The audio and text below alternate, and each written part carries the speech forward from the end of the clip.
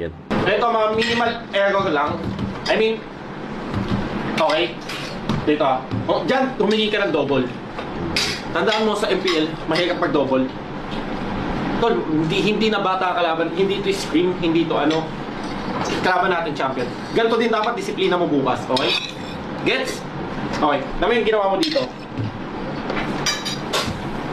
Tama ha? Humingi ka ng double dyan. Pinukpok ka dito ni Super Prince. Pak! Okay? Ba't ka nag-ulti? Okay. Dahil sa isang minion dito, no? Pupupog mo na yata, no? Pinukulang ako kasi uwi na Hindi, rin. dapat umuwi ka na lang.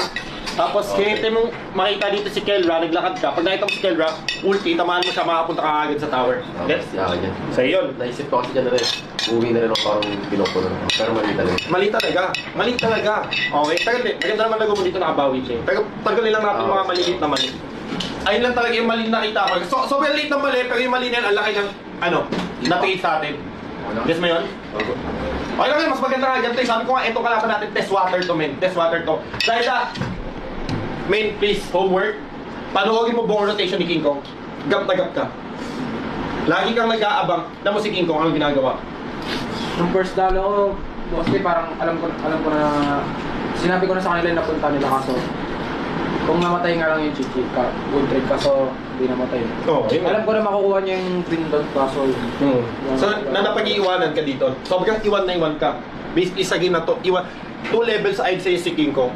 Ginawa ni King Kong, pinapapoke niya. Nakita mo, eto nalata ko ha, yung play nila tol, laging pinapavision ni Brusco, ay laging binivision ni Brusco kung saan ka nag-start. Kasi may sariling rotation si King Kong. Kaya panoorin mo yung rotation niya, men. Pag na-view na kung nasaan yung jump, kunyari ikaw, ako si Brusco, ikaw si King Kong. Nakita ko na kung saan nagsimula si Zaida, ikaw si King Kong, may rotation ka na dapat gawin.